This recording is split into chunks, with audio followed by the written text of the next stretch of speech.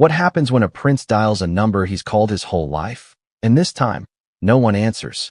Not voicemail, not a polite aid, not even a cold, formal rejection. Just silence. And sometimes, silence is louder than any royal decree. Before we continue, please hit the like button, subscribe to the channel, and turn on the notification bell for updates. There are moments in life that don't explode. They don't shatter windows or dominate headlines, at least not right away. They arrive quietly. They sit with you. They sink in. According to multiple insiders who claim knowledge of the situation, this was one of those moments. Late, private, urgent, a call that was never meant to be historic, but became exactly that. Because this wasn't a press statement. This wasn't a lawyer-to-lawyer negotiation. This wasn't a public feud dressed up for the cameras. This was a son reaching for a father and finding nothing on the other end. Now pause for a second. Before we even talk about money, before we touch the words bailout or blocked or that chilling phrase, you will riot in jail, we need to understand why this call mattered so much. Because in royal life, access is everything. Not titles, not crowns, not castles. Access. Who can reach whom? Who gets answered? Who gets delayed? And who, suddenly, gets erased from the call sheet altogether? The moment before the call. Picture the pressure. Again. Allegedly, according to sources close to the situation, this wasn't a casual check-in. This wasn't nostalgia or reconciliation. This was urgency. The kind that makes your hands shake just enough to notice. The kind that turns minutes into hours. The kind that convinces you that this call has to work, because if it doesn't, there is no plan B. Harry, we're told, had already exhausted other routes. Friends? Limited. Advisors? Careful. Intermediaries? Suddenly cautious. And here's the part that should make you uncomfortable.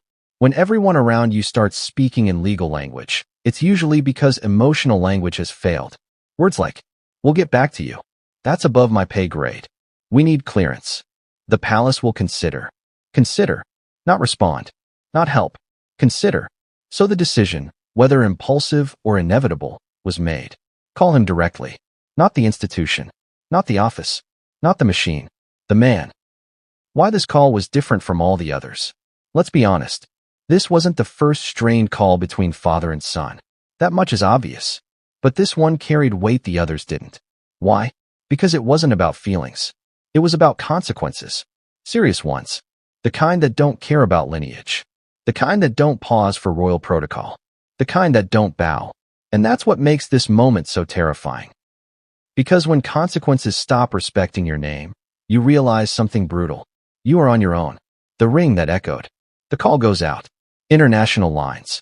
Secure channels. At least, ones that used to be secure. Ring. Ring. No answer. Now here's where things get interesting. Because according to insiders, this wasn't immediately alarming. The king is busy. Schedules are packed. Meetings overlap. So the assumption? He'll call back. Minutes pass. Then longer. Then nothing. And that's when a different realization reportedly crept in. Not he's unavailable. But he knows. He knows who's calling. He knows why. And he's choosing not to respond. That's not neglect. That's a decision. Silence as a weapon. Let's talk about silence. Silence isn't passive in families like this. It's strategic. When you don't want to say no, but you want the message received, you say nothing.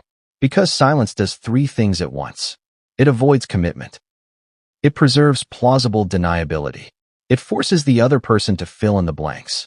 And humans are terrible at filling in blanks calmly. We catastrophize. We spiral. We assume the worst. Especially when stakes are high. Especially when time is short. Especially when you're used to doors opening, and now they aren't. The second attempt. Yes, there was reportedly a second attempt. Not immediately. Because there's pride involved here. And fear. You don't want to look desperate, even when you are. But urgency has a way of overriding dignity. Another call. Another ring. Another unanswered line. And now, something shifts emotionally. This isn't a missed call.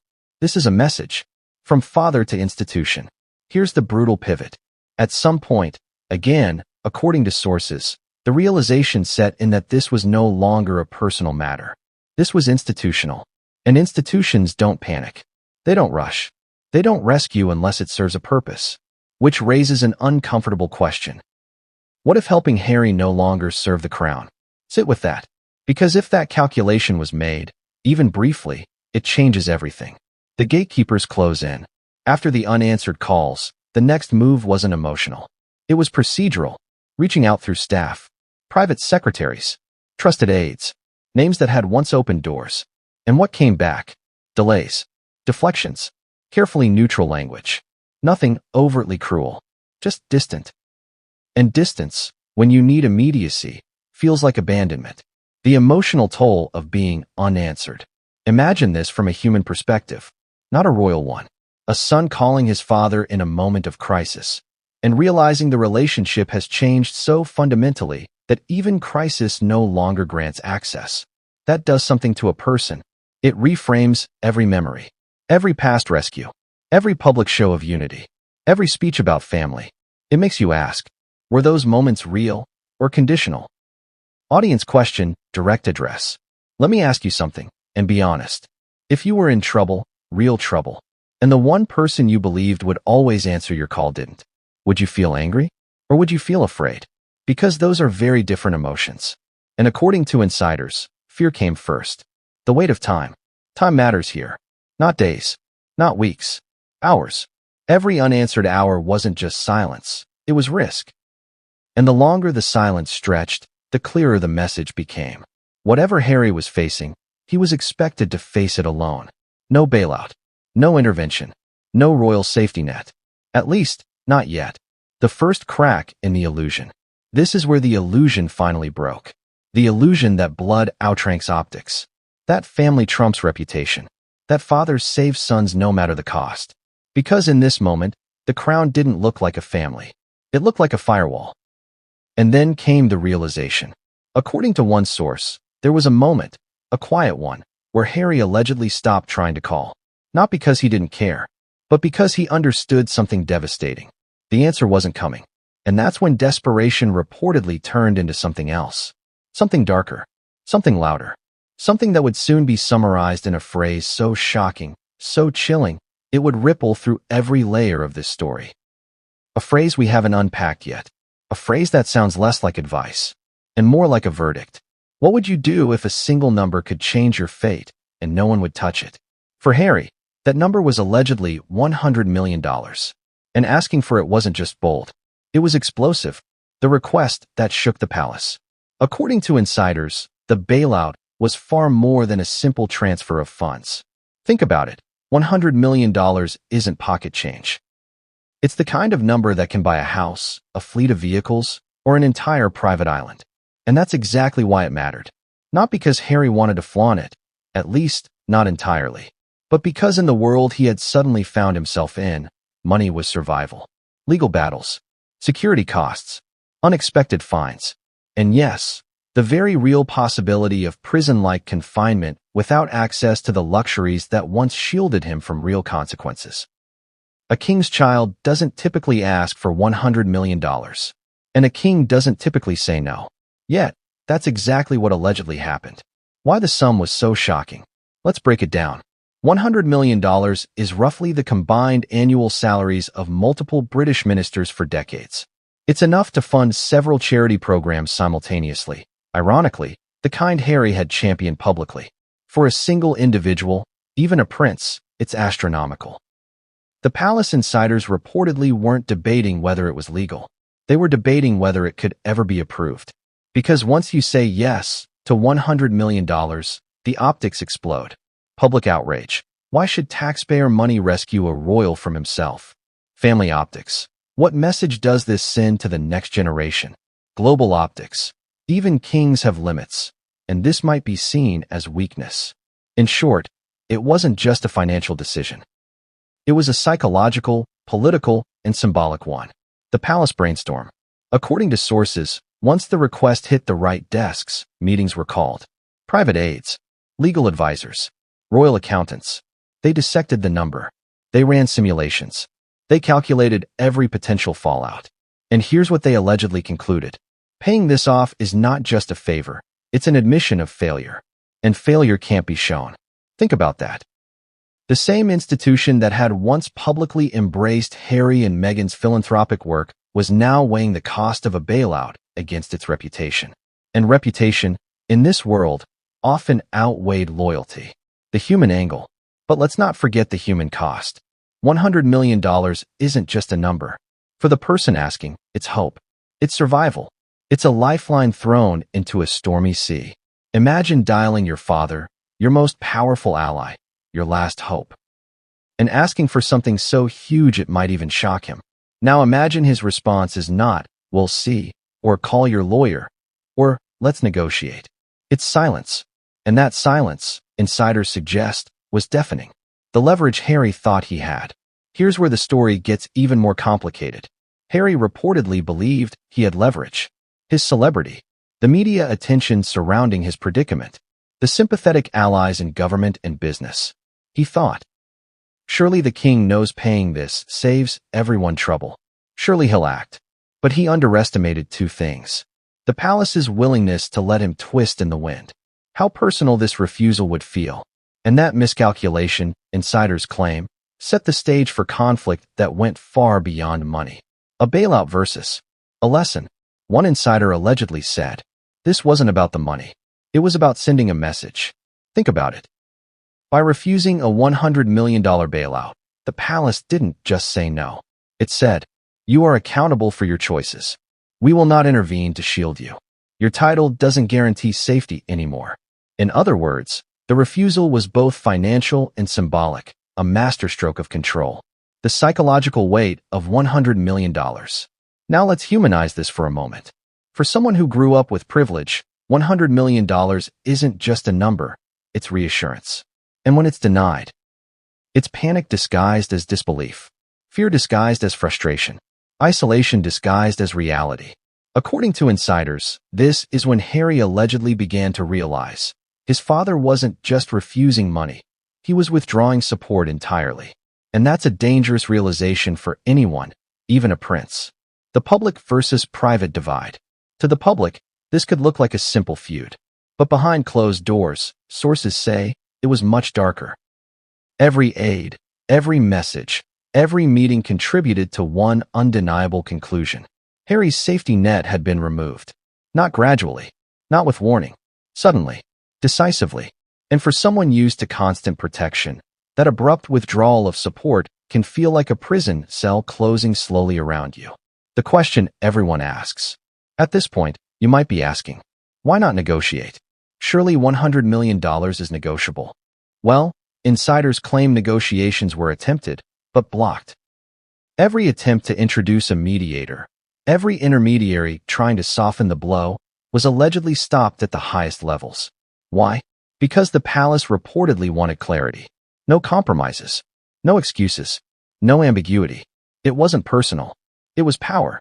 Audience question, direct address. Imagine that. You're desperate. You reach out. You propose a solution, one that is, by any standard, massive. And the answer is still no. Would you feel anger? Betrayal? Shame? Fear? Now imagine being in the public eye while all of this is happening. The pressure doesn't just double, it multiplies. And insiders claim that's exactly what happened. The three words that shocked a prince. According to insiders, after Harry's urgent plea for a $100 million bailout, the response was delivered, not with a lecture, not with a negotiation, not with a discussion, but in three chilling words. The sources describe them as, we will not. Simple, direct, uncompromising. No context. No reassurance. No explanation. Three words that instantly communicated, you are on your own. And here's why that matters. In royal life, words are weapons. A speech can signal policy. A decree can shape nations. And a single response, stripped of tone, can destroy relationships. Three words, delivered through palace channels, reportedly carried the full weight of authority and the full emotional impact of parental rejection. The power of brevity. It's fascinating how brevity can hurt more than a long tirade. Imagine expecting a dialogue, a discussion, even a refusal that includes reasoning. Instead, we will not. Nothing softens the blow. Nothing explains intention. Nothing leaves room for hope. According to insiders, Harry was left with two options. Accept it. Question everything. And in that split second, reportedly, he did both. Why the king didn't expand? Some may ask, why not elaborate? Why not explain that it was about optics, about reputation, about strategy? According to palace sources, silence, or near silence, is often intentional, avoids leaks, prevents misinterpretation, maintains control. And in this situation, the alleged calculation was brutal but clear. If we explain, we dilute the message. If we justify, we invite debate. 3 words keep authority absolute. In other words, the king reportedly wasn't just saying no. He was teaching a lesson. The emotional impact on Harry. 3 words. That's all it allegedly took to fracture more than finances. It fractured trust. Trust in family. Trust in the institution that once protected him.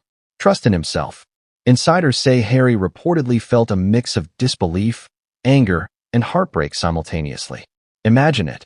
Calling the one person you believe will save you, and being told, without nuance, that the help will never come.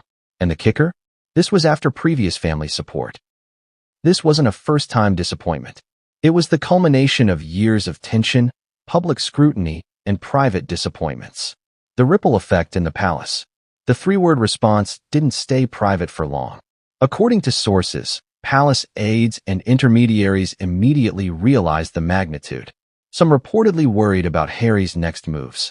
Some debated whether leaks were inevitable. Some quietly questioned, have we crossed a line?